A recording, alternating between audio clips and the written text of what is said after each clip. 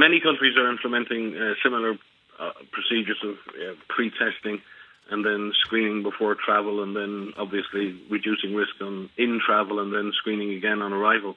And yes, certainly pre-testing can help, but it's not a panacea. Because if I'm tested today and I'm negative, I may have been exposed 3 days ago, I'm incubating the virus, and on day 3 I'm negative, but on day 3 before I travel I'm negative, day 2 before I travel I'm positive. So yes, it will take out some positive cases out of the travel process, but it won't remove all. And again, this is about risk reduction. We need to pick every point and reduce the risks. Certainly certification again of pre-travel testing, you have to rely on the certification from another authority, and there are all kinds of issues about what certificate you rely on, who can certify the person that's tested. So yes, it is certainly an idea that can be on the table for countries, but it has to be taken as part of a broad, multifaceted risk management or risk reduction strategy.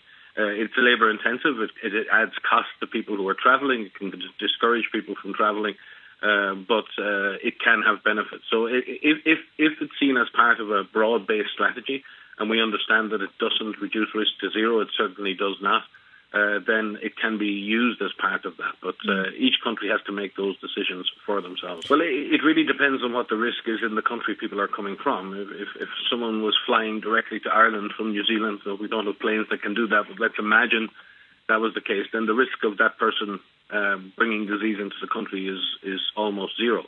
But if someone was coming in from another country with high rates of community transmission, then the risks are obviously higher. The reality is that the country cannot entirely shut down economically or socially. We're connected. Irish people are connected all over the world for so many different reasons.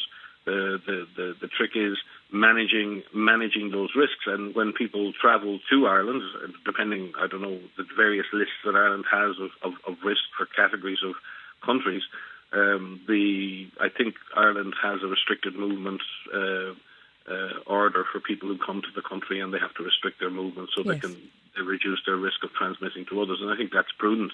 It's impossible to shut borders entirely on an island, but what you need to do is manage the risks associated with that travel. And in that sense, there has to be a managed compromise between what is the health of the nation and the economic and social well-being of the nation.